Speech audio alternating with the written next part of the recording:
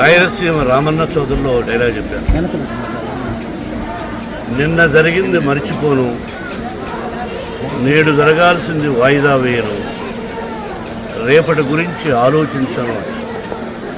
కానీ గతం గతం, నిన్న జరిగింది మర్చిపోవాలి, ఈరోజు ఏం చేయాలనుకోవాలి, రేపు ఇంతకంటే మంచి పనులు ఏం చేయాలని ఆలోచించుకోవాలి. సంక్రాంతి శుభాకాంక్షలు.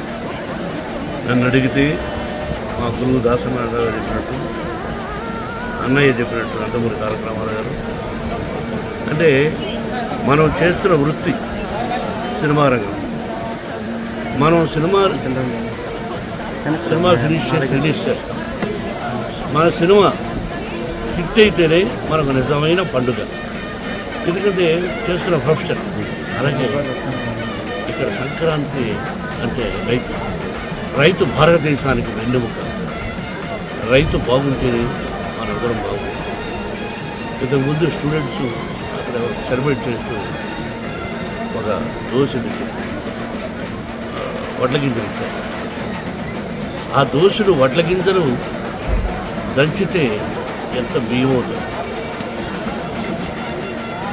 అది దోశుంటుంది, ఒక పిడిగడ అవుతుంది, అర పిడిగడ అవుతుంది. అది ఒక మనిషిని బ్రతికిస్తుంది.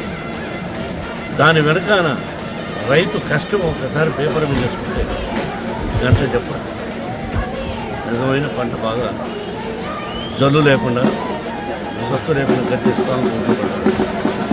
కాబట్టి రైతు భారతదేశానికి వెన్నెముక. ఇది మనందరికీ పండుగ, సంక్రాంతి పండుగ.